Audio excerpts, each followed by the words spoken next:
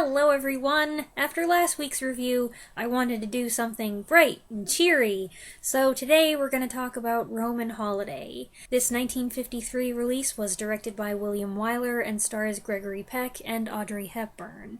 Hepburn plays Princess Anne, who's visiting Rome on the last leg of an exhausting European tour.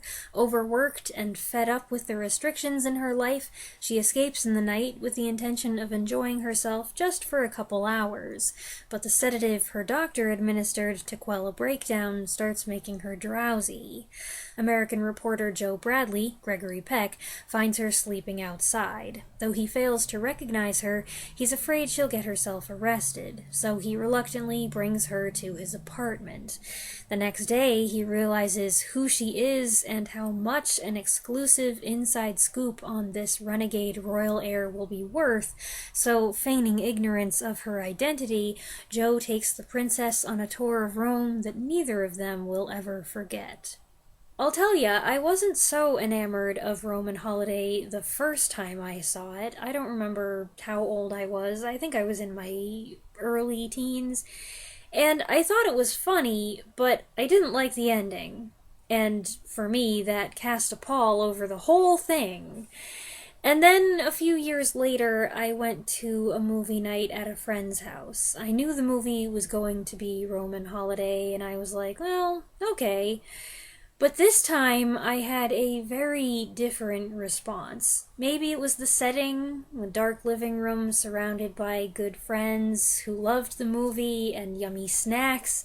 Or maybe it was me, maybe I had changed, grown up a bit, I don't know. But I realized, hey, this is a great movie. And since then, it's become a favorite.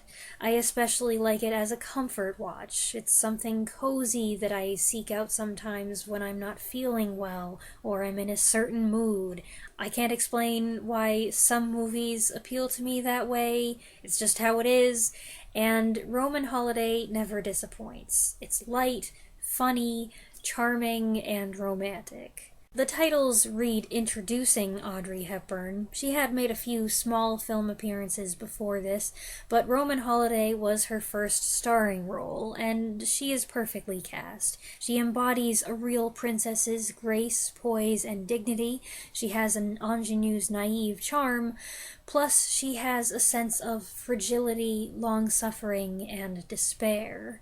As Anne explores Rome, her delight, her laugh, and her joie de vivre are infectious, and the way the character's conflicting emotions flicker across her face is quite impressive, especially in one so inexperienced as a leading lady. Hepburn won the Best Actress Oscar for her performance, and I always find it unfortunate when a newcomer or relative newcomer comes out of the gate and wins the top prize in their debut. It's like, oh no, this may not go well for you. There's already so much pressure for someone who suddenly makes it big in Hollywood. They suddenly have all this money coming in. They're probably not going to spend it wisely. And then chances are they're going to get involved in bad things. And, well, for so many people, their lives end up going south. It's the classic sad Hollywood story, unfortunately. If you win an Oscar, it's almost impossible to maintain that level of success at any point in your career. I shouldn't say it's almost impossible, but it's difficult. And if you're just getting started and all eyes are on you now, it adds tremendous pressure. You know that your peers, your competitors, your critics, and your fans are all going to be scrutinizing you in your next couple films. Some of them will be expecting you to wow and amaze them again, and some of them might be hoping you'll fall on your face and reveal that you were just a one-trick pony, that you just got very, very lucky, that your performance was actually a product of all the other factors surrounding you, and it wasn't you at all. I would never want to start my career at the top like that. I think Hepburn did prove herself a genuine talent in years to come, both in dramas and comedies. Granted, some films are better than others, and of her 34 acting credits, there are a few roles she seems an odd fit for, but she showed that her work in Roman Holiday wasn't just a flash in the pan. As for her co-star, he had already been established as a leading man for nearly a decade. I know a lot of people include Gregory Peck on their classic Hollywood actor crush lists. He doesn't usually make mine, but there are a few films where I absolutely do fall in love with him. Roman Holiday is one. To Kill a Mockingbird 9 years later is another. He's just wonderful in both. His character here, Joe Bradley, is a bit of a knave. He wants that $5,000 scoop, so he'll resort to any trickery to get it, putting himself in her path, winning her confidence, spending money he doesn't have on her. He even implies to his boss that he's willing to trifle with her heart to get a better story. He's deceitful, crafty, totally driven by greed, until he's stunned to realize he's fallen in love with her. This concept has since been played out in many, many books and movies and shows. It's been done to death, but here it was and still is fresh. When you spell out everything Joe does like that, he does sound like a scumbag, but he really isn't. And you gotta remember that when he doesn't know who she is, he makes a concerted effort to get her off the street. He knows that she's a good kid, he doesn't want anything bad to happen to her, and he doesn't take advantage of her. He's very decent, he goes out of his way to keep her at arm's length, even when, in her stupor, she says some outrageous things. I don't think anyone would call Gregory Peck a comic actor, but he demonstrates some strong comedic chops here. Whether it's verbal wit, reactions, or physical comedy, he shows a knack that he rarely got to take full advantage of. He and Hepburn exhibit great chemistry in funny scenes and romantic scenes alike. Peck later said that everyone involved with the movie was in love with her, and it was the happiest experience he ever had on a set. I think you can tell this is true by looking at production photos, and I love the way you can even see William Wyler in some of them smiling away on the side. You don't always see a director looking so pleased. As for the chemistry between Peck and Hepburn, it was so good that viewers have long wondered if there was any romance between them off-screen. The answer seems to be no, but I do know the film was the beginning of a lifelong friendship. She credited him with helping her career in a big way when he insisted that this unknown little dancer, as she called herself, receive equal billing with him on the poster and in the credits. They stayed in touch over the decades, he supported her humanitarian efforts, and he called her one of the great film stars of all time. When she honored him at his AFI Lifetime Achievement Award ceremony in 1989, she revealed how he had coached her with kindness, patience, and humor, and she called the making of the film one of the loveliest experiences of her life. She paid tribute to him again in 1992, and when she died the following year, he attended her funeral and recited her favorite poem. Certainly, they shared a tight bond, formed during the making of Roman Holiday. I find it kind of surprising that they never made another film together. Commercially successful pairings have been given the green light for a rematch pretty much since the dawn of cinema, but while they each worked with director William Wyler again, Peck on The Big Country and Hepburn on The Children's Hour and How to Steal a Million, this was their only pairing. Joe's accomplice is his photographer buddy Irving, played by Eddie Arnold. Far from being a third wheel, Irving is a fun addition, with his sneaky cigarette lighter camera, his goofy little car, and his many lady friends. Joe never gets to brief him on the situation beforehand, so to prevent Irving from spilling the beans, Joe has to keep tripping him, whacking him, and spilling drinks on him, leaving poor Irving confused and offended. The movie's got an excellent script by Dalton Trumbo, and I think the dialogue and how it's delivered is one of the things that makes it so rewarding to rewatch. There are things that tickle me anew each time I revisit it.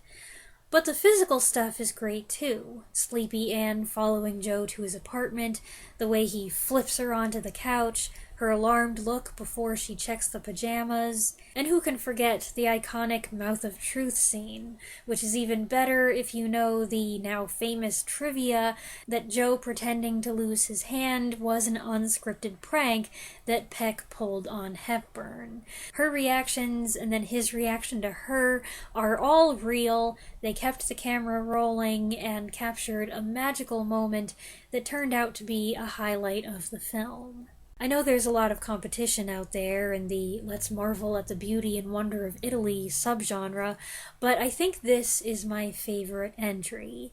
We're informed at the beginning that the whole film was shot on location, but it's an unnecessary note because you can just tell that Hepburn, Peck, and Arnold are really walking and running and riding around Rome. The one bit of trickery that I detected, and this is only because I was so close to the screen, I had it on my laptop when I was getting the pictures, and I was like, wait a minute, something's off here, is the scene with the runaway Vespa where she's driving it and he's on the back. For that part where they're crashing into stuff, I think they used extras. Those are probably two Italians driving the Vespa around, which is understandable because you're not going to risk something happening to your actors, the stars of your movie. I don't think I ever noticed that before. This was the first time that I felt like, wait a minute, that's not them. And the side characters, who I assume are locals, add so much sparkle and authenticity. Like the impatient cabbie who refuses to be saddled with what they believe is a drunk girl, the skeptical landlord who agrees to guard Joe's apartment, the barber who almost loses his mind over Anne's order to cut off her beautiful hair, and that haircut was real too, by the way. And then there are the Secret Service agents who are supposed to be in plain clothes, but traveling in a pack, dressed as they are, they're not fooling anyone. I also want to mention Edith Head's contribution. Princess Anne wears some attractive regal gowns, her press conference dress is quintessential 1950s, and the dark, somber robe she puts on after her return to the palace makes an interesting statement. But the centerpiece of the character's wardrobe is the runaway princess outfit, and its many modifications. It's worn for a good chunk of the film, during which this simple, conservative costume goes through all these little changes that reflect the time of day, the place, the moment, and the mood. Something else I appreciate is the way this movie takes its time. It is just shy of 2 hours, and I might say that seems lengthy for what it is, but at no point does it feel drawn out. There's nothing I would cut, and I especially applaud the final sequence for taking as long as it needs to. If you don't know the ending, spoiler alert, they don't end up together. And that makes this a bittersweet romance. Like I said, I rejected that when I was a youngin'. I felt like, hey, I just put in all this time to watch a love story. You made me fall in love with these characters and want them to end up together. I want that happily ever after. And when I didn't get it, I felt robbed. I felt like, what was the point of the whole thing? It took some time and maturity for me to appreciate this kind of love story and the other sense of satisfaction it can give. Both characters make the more honorable decision, and I respect Anne for choosing to do her duty to her family and her country, and I respect Joe for giving up the scoop and the money to keep her story secret and not embarrass her on the world stage. So much is said without words in that final scene, so much secretly communicated: alarm, reassurance, trust, longing, acceptance. You can tell they're both feeling it and struggling to hold back their emotions, especially in front of all these other people. But professionalism and duty win the day, and I get the impression that that makes Joe admire her even more. And in the final shot, reminiscent of The Third Man's ending, Joe takes a long walk out of the palace, and at the end of it, you sense he has peace. It may not be the happy ending you want, but it is moving and appealing in a different way. And ultimately, Roman Holiday is a lovely movie, a modern fairy tale full of warmth and joy. I hope you liked this video, and I hope you found it a good palate cleanser from last week's subject. Let me know what you think of this movie if you've seen it in the comments below, and I'll be back again next Saturday. Thanks for watching.